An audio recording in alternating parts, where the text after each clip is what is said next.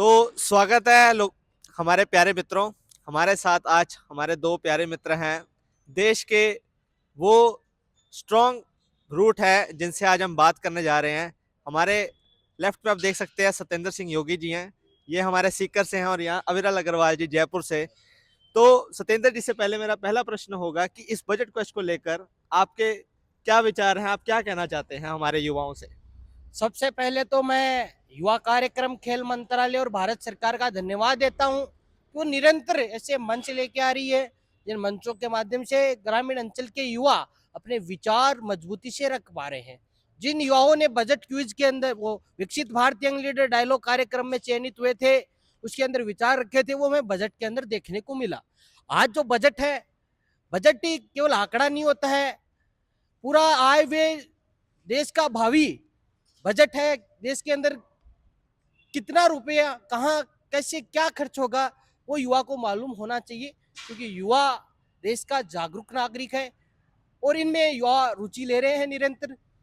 12 लाख युवाओं ने माई भारत पोर्टल के माध्यम से बजट क्विज के अंदर रजिस्ट्रेशन किया।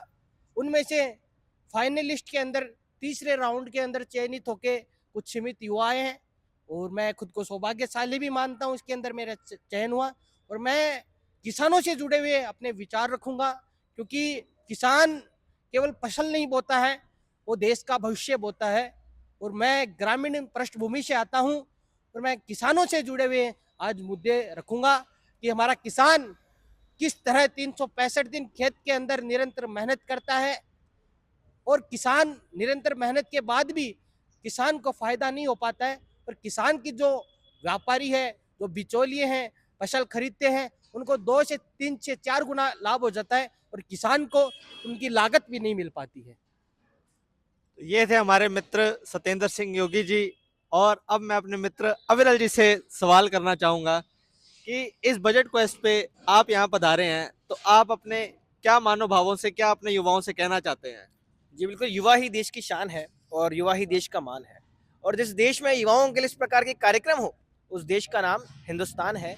हिंदुस्तान है। जब तो जब हम बजट क्वेस्ट में आए यहाँ पर, तो मुझे याद आता है 2 साल पहले प्रधानमंत्री ने कहा था कि मैं 1 लाख ऐसे युवाओं को राजनीति में लाऊंगा जो सामान्य पृष्ठभूमि से आते हैं और जिनका कोई राजनीतिक बैकग्राउंड नहीं है। तो मुझे नजर आता है विकसित भारत यंग लीडर्स डायलॉग, जहां पर लाखों युवाओं ने पंजीकृत किया और नई दिल्ली में जाकर इस भारत के नेतृत्व करते हुए, युवाओं का नेतृत्व करते हुए भारत के लिए विचार रखे और इसका परिणाम हमको देखने को मिला कि बजट में वो चीजें आई। मुझे नजर आया विकसित भारत यूथ पार्लियामेंट, जिसमें लोग संसद में गए और संसद में जाकर इस भारत को विकसित कैसे बनाना है उस पर उन्होंने विचार रखे। और हम देखते हैं कि आज संपूर्ण भारत का युवा उन युवाओं से प्रेरणा लेता है। और इसी प्रकार जब बजट क्वेश्चन आते हैं, लोगों ने बजट को पढ़ा, बजट पर क्विज करी, निबंध लिखे, नारी सशक्तिकरण की बात करी, तो हम देखते हैं कि आज सभी युवा एक दूसरे से कनेक्टेड हैं। और नेता क्या होता है? नेता वो होता है जो नेतृत्व कर सकता है। तो मुझे लगता है कहीं ना कहीं इस प्रकार के जो कार्यक्रम है, मैं धन्यवाद देना चाहूंगा भारत सरकार का, मैं धन्यवाद देना चाहूंगा माय भारत पोर्टल का और यहाँ पर धारे हुए सभी युवाओं का, कि इनमें कहीं ना कहीं इन कार्यक्रमों के माध्यम से इनमें नेतृत्व शैली का विकास हो रहा है। आज हमारे साथ हमारे मित्र हैं, कोई रिकॉर्ड कर रहा है, कोई बोल पा रहा है, कोई फोटो खींच रहा है, लेकिन सभी एक दूसरे से बात कर रहे हैं, उस भारत को भव्य बनाने की बात करते हैं। तो यही मुझे लगता है इस कार्यक्रम की सार्थकता है। बाकी तो आगे देखते हैं क्या होता है। धन्यवाद। तो मैं माय भारत का धन्यवाद करना चाहता हूँ जिन्होंने मुझे ऐसे मित्रों से, ऐसे यूथ से मिलने का मौका दिया। और मैं श्री नरेंद्र मोदी जी से ये दरख्वास्त करता हूँ कि ऐसे ही युवाओं को आगे बढ़ाते रहें और प्रेरित करते रहें। मैं अमनदीप सिंह, आपका प्यारा मित्र।